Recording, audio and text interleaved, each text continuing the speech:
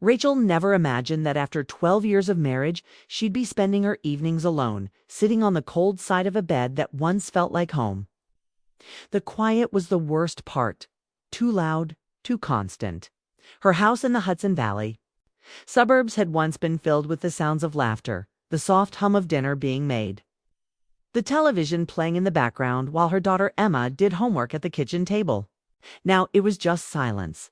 Thick, heavy silence. It's the kind that made you question everything: your choices, your worth, your future. Her divorce from Michael had been messy. Not the explosive kind with screaming matches and broken dishes, but the slow, suffocating death of something that once felt permanent. The love didn't end all at once.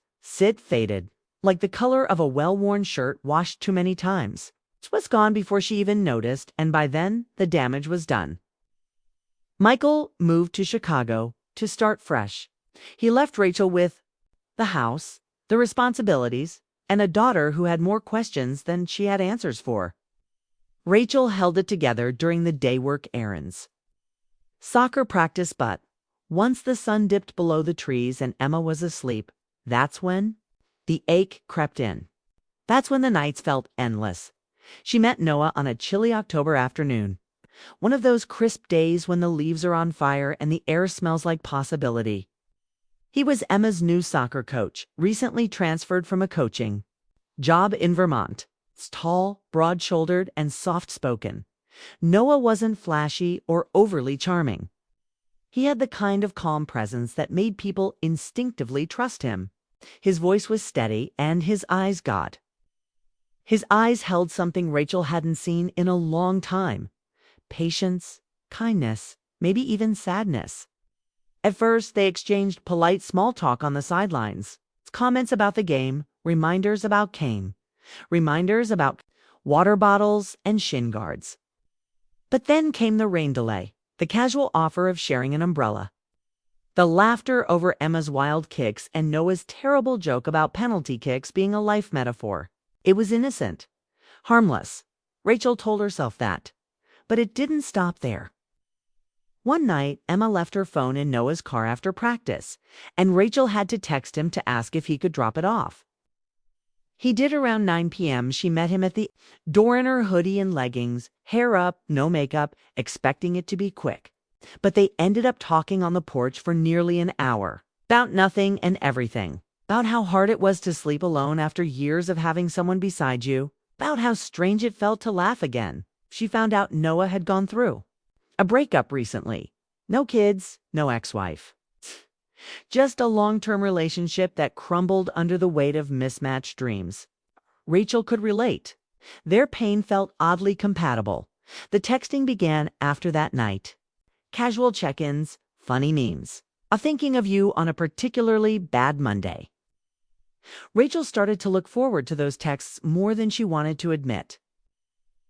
They were her little escape from the grind, her moment of connection in a world that had felt disconnected for far too long. But she told herself it was nothing serious. Just someone who understood. Someone who listened. She didn't realize how much she was falling into him, piece by piece. The way his words made her feel seen, even when she didn't say much. The way he never made her feel like she was broken or used up or past her prime. He didn't try to fix her. He just showed up. And maybe that's what made it dangerous.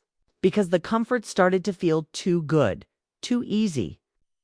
She hadn't felt that in years. Not even with Michael. Not really. There had always been a sense of walking on eggshells toward the end. Like love was a performance they were both too tired to keep up.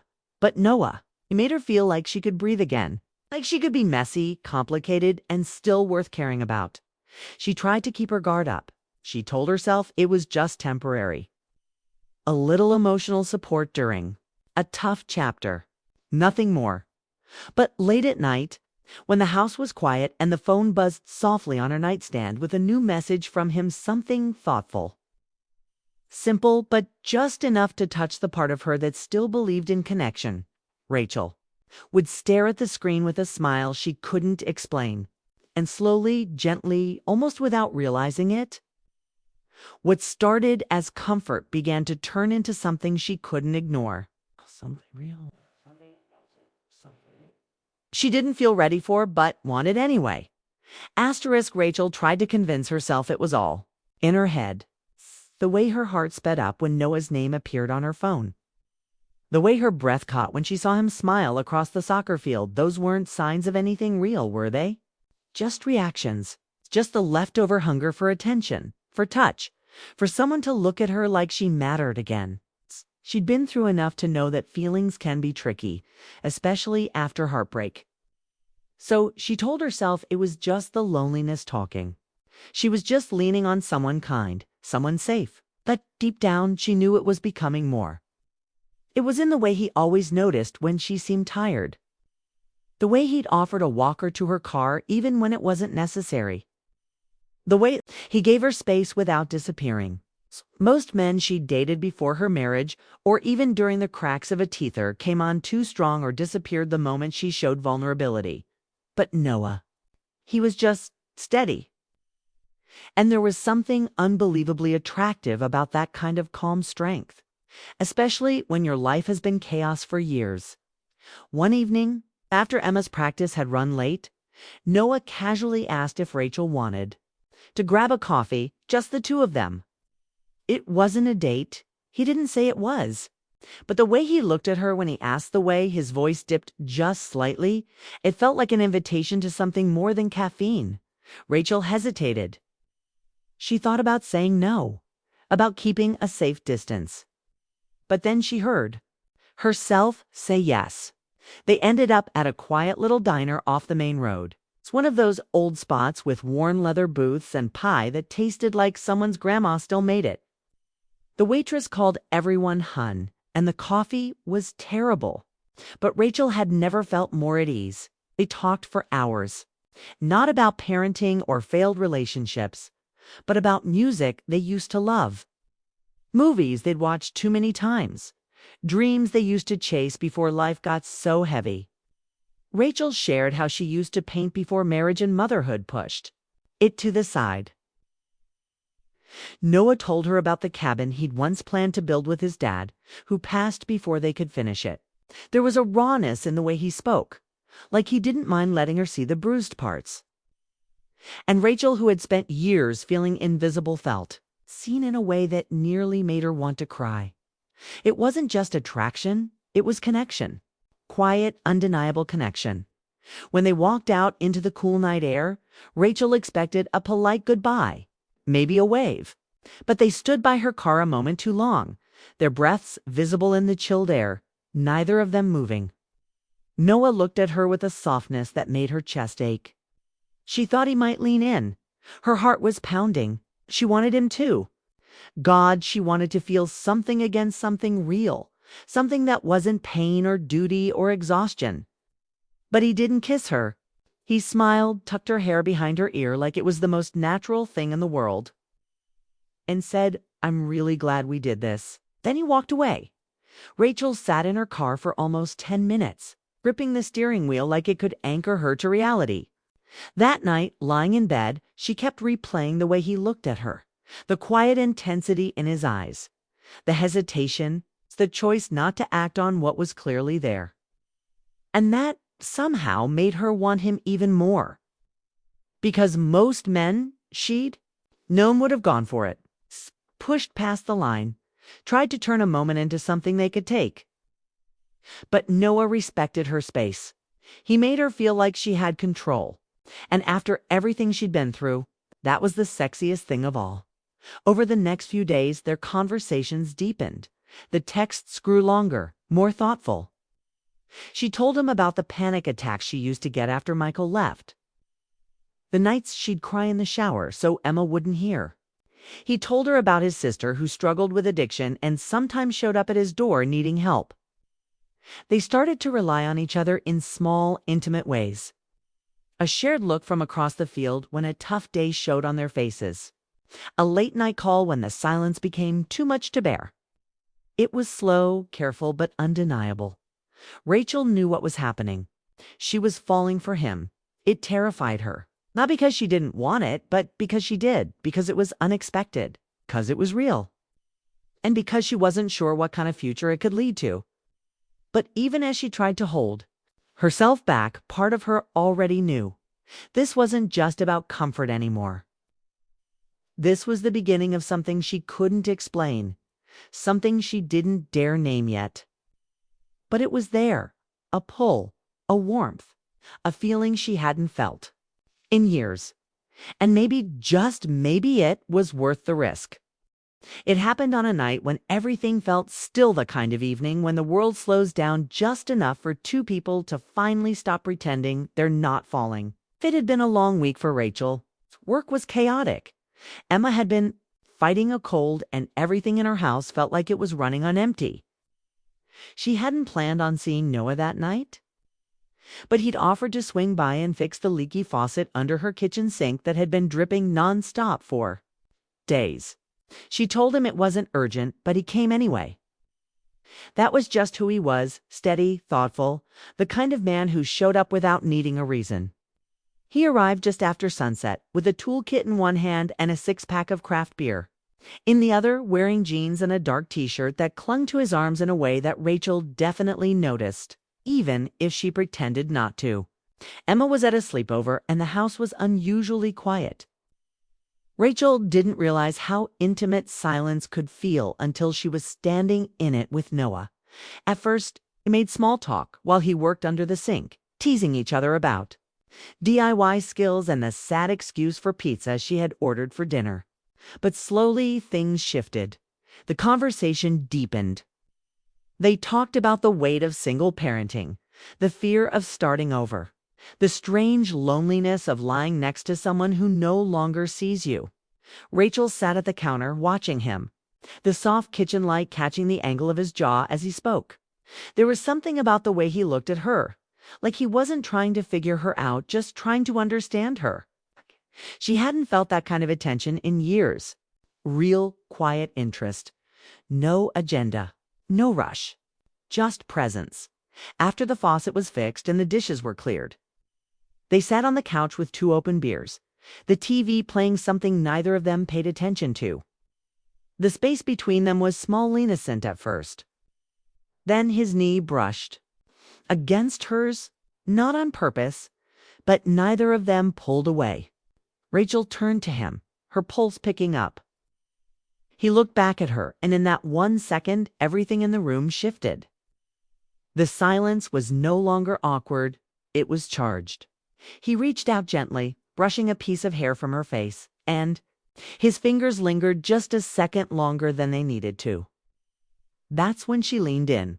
Or maybe he did. Didn't matter. All that mattered was that their lips finally met, soft and slow at first. Like they were both testing the moment, making sure it was real, but then something deeper took over. Months of unspoken feelings, late-night thoughts, and quiet longing, all poured into that kiss. It wasn't rushed, it wasn't wild. It was tender, intimate, full of breath and warmth and the kind of emotion that makes your chest ache. His hands moved to her waist, pulling her closer with a kind of urgency that felt both desperate and respectful. Rachel melted into him, into the comfort of someone who didn't see her as broken or too complicated, but as a woman worth wanting. They moved to the bedroom without speaking, just holding on to each other, wordlessly asking for permission and answering with touch. That night, they didn't just have sex. They made love, and not in the polished movie scene way. It was raw and real and a little messy in the best kind of way. They laughed between kisses, whispered things that didn't need to make sense, and rediscovered what it meant to feel desired again. Every moment was filled with tenderness, his fingers tracing the curve of her back, her hands memorizing the lines of his chest, their eyes locking in the dark like they were both afraid to look away. Afterward, they didn't rush to cover up or move on. They just lay there, tangled in the sheets, letting the silence hold them in a different way now, like a blanket, like safety. Noah kissed her forehead. Rachel ran her fingers over the small scar near his collarbone and asked how he got it. He told her a story about a biking accident when he was 17. She laughed. He smiled. And for the first time in years, she Felt like she was exactly where she was supposed to be. They didn't talk about what it meant. Not yet. Maybe because they were both afraid to define it too soon. Maybe because the moment was too perfect to ruin with labels or expectations. Rachel knew. Deep in her bones, in the quiet hum of her chest, she knew this was more than comfort. This was something growing, something blooming, something honest. And though it scared her, though she knew love like this came with risks, she also knew. In the soft hush of that night, she didn't want to stop it. Not now. Not after finally feeling alive again. Rachel thought falling in love again would be dramatically a movie scene with grand gestures and loud declarations. But what was happening with Noah was quieter, deeper. It was morning coffee shared in silence, his hand brushing hers while reaching for the sugar. It was small texts in the middle of busy days just to say, thinking of you. It was the warmth in his voice when he said her name, the way he looked at her like she was something rare. They didn't talk about labels, but the way they moved through the world together, the way they leaned on each other emotionally, it felt like a relationship one built slowly and with care. Emma adored Noah too. He wasn't trying to play dad, and that's exactly why it worked. He was simply present at her games, offering help with homework, cracking silly jokes. Rachel felt her life softening, opening. For the first time in years, she wasn't walking through her days with that dull ache in her chest. She was happy. Not perfectly, not without fear, but genuinely happy. That should have been enough. But the thing about happiness is when you finally feel it, you start worrying how long it'll last. And deep down, Rachel had a quiet sense something wasn't right. It started with a call.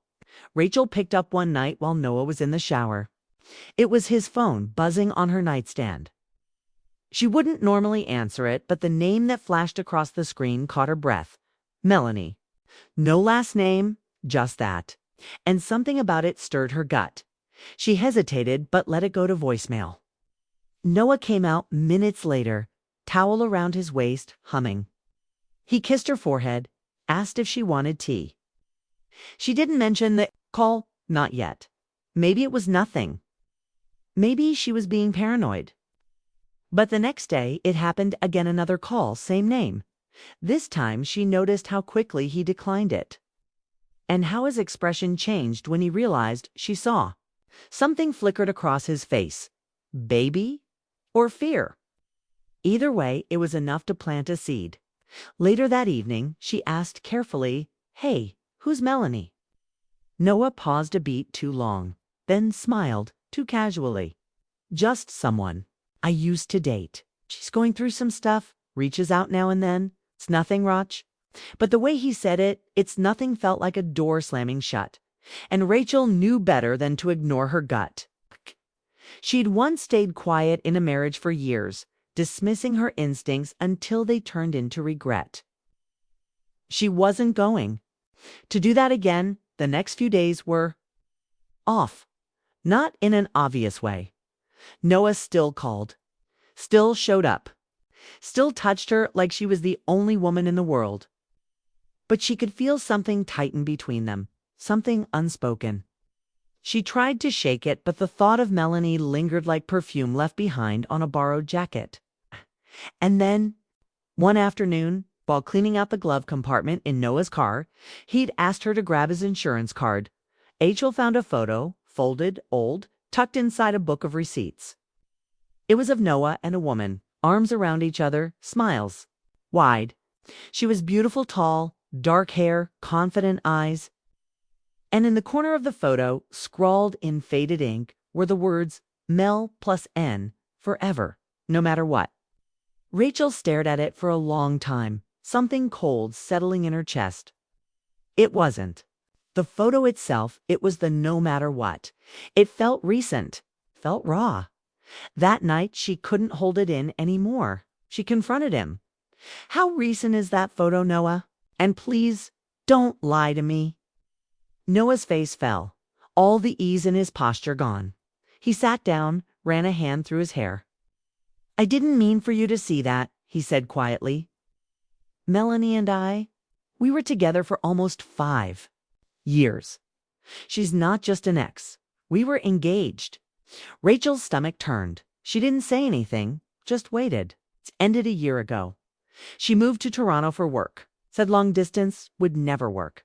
But now she's back, and she's been reaching out again. Rachel looked away, heart pounding. So what does she want? She asked, her voice low. She wants to talk, he said. She wants to see if there's still something between us. The words stung like ice. And is there? Rachel whispered. Noah shook his head slowly. I don't know, he said. Honest, brutal. Not the answer she wanted, but the one that told her everything she needed to hear. She stood there, the silence between them deafening. Her chest felt tight. Let herself believe this was safe, that love could be simple if you were careful, okay? But love was never simple. And now here she was, once again standing on shaky ground, wondering if the man who made her feel alive might still be tied to someone else. She didn't cry. Not yet. She just nodded quietly. Let me know when you figure it out, she said, her voice barely steady. Then she walked to the door, grabbed her keys, and left because loving someone shouldn't feel like a question you're waiting for them to answer.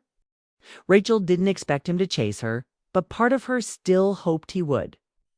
She sat in her car outside her house for almost an hour after leaving Noah's place, staring blankly at the dark street ahead, her fingers tight around the steering wheel.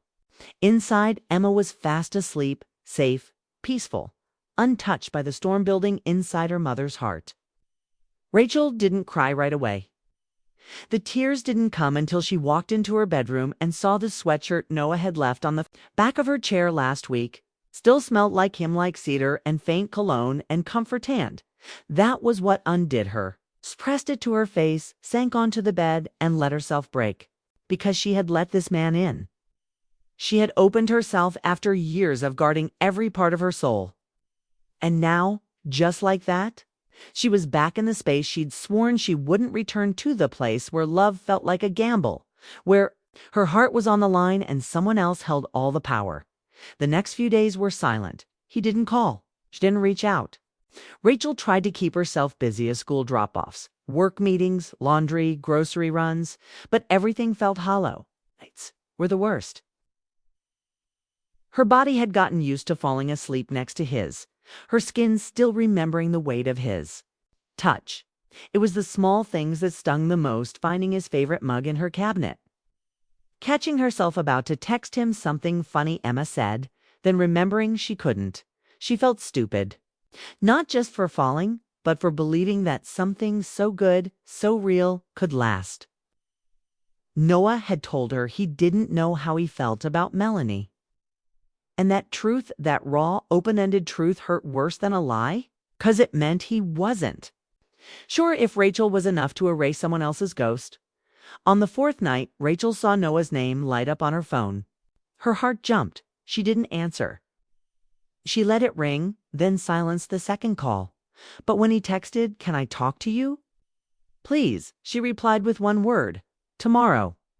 She wasn't sure if she was ready. She wasn't even sure if she wanted to hear what he had to say, but closure, at the very least, felt necessary. The next day, they met at a quiet coffee shop on the edge of town, one that felt neutral, away from memories. Noah looked tired, not just physically, but in the way a person looks when they've been fighting with themselves too long. He didn't try to hug her, didn't reach for her hand. He just sat across from her, eyes steady. "I saw her," he said. "Melanie." Rachel felt her stomach turn but nodded. And he let out a breath. "We talked for hours. She cried. I cried. There's a lot of history there, a lot of pain." His voice cracked slightly. "But when I left, I knew I'm not in love with her anymore. I've been clinging to a memory. To guilt, mostly, but not love." Rachel blinked, unsure what to feel. Relief didn't come right away. "Then why didn't you know that before?" he asked, her voice quiet but sharp. Noah leaned forward. "'Cause I didn't know if I deserved something new, something whole." Being with you feels good, Rachel. Too good sometimes. And part of me was still stuck in the past, waiting for something to fall apart. He looked at her like he was seeing her for the first time again. But it already did. And now I see what I was about to lose if I didn't stop being a coward. Rachel looked away, her heart pounding. She wanted to believe him, wanted to fold back into the safety of what they had before the silence. But part of her was still hurt. You should have figured that out before you touched me, like I was the only one, she said softly. He nodded, eyes shining. I know, I'm sorry. They sat in silence for a long time. People came and went around them, cups clinked, coffee brewed, but inside their small bubble, the world had slowed. I need time, Rachel finally said. Not because I don't care, but because I do. And I need to know that if I come back, it's not to be someone's second choice. Noah reached across the table, his hand resting inches from hers. You're not, he whispered. You never were. I was just too scared to admit you might be the real thing. Rachel didn't take his hand. Not yet, but she didn't walk away either. That night alone, again in her bed, she thought about the beginning, how it started as comfort. How slowly, gently, that comfort turned into something she couldn't deny. She missed him, missed his laugh, his warmth, his steady presence. But she also needed to stand still in her worth to know she was enough, with or without a man deciding she was. Love could wait, if it was real. And if it wasn't, then she'd rather let it go now than lose herself in another almost asterisk weeks. Passed. Autumn crept into the edges of the city, leaves turning gold, the air colder in the mornings, the smell of fireplaces returning to the neighborhoods. Life moved forward, but Rachel felt like she was standing still inside of it. She went to work, packed Emma's lunches, answered emails, and smiled when she needed to. But inside, she was sorting through pieces of herself, trying to figure out what parts were still hers and what parts had been shaped by loving Noah. He gave her space. It's just like she asked. No pressure, no big dramatic scenes. It's just quiet, consistent. Check-ins. A message on Tuesday mornings, hope this week's gentle. A photo of the sky they once watched together. An offer to pick up something Emma needed. He never pushed.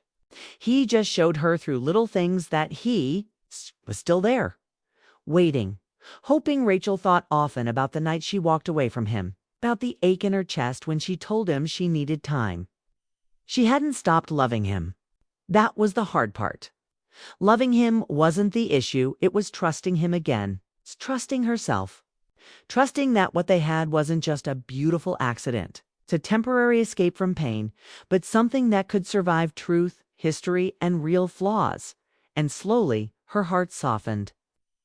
Not with grand moments, but with the memory of the way he made her feel when no one else was looking. The way he laughed at Emma's silly impressions. The way he remembered how she liked her tea. How he ran his fingers through her hair when she couldn't sleep. How he never once made her feel like her baggage was too heavy to carry. One Saturday afternoon, with the air crisp and sunlight low, in the sky, Rachel drove to the lake where they'd once walked in silence the day after their first kiss. She didn't tell him she was coming. She just needed to be in that space again. She stood at the water's edge, letting the wind tug at her coat, breathing in the cold. Behind her footsteps, slow, careful, she turned, already knowing. Stood a few feet away, hands in his pockets, eyes soft but unsure.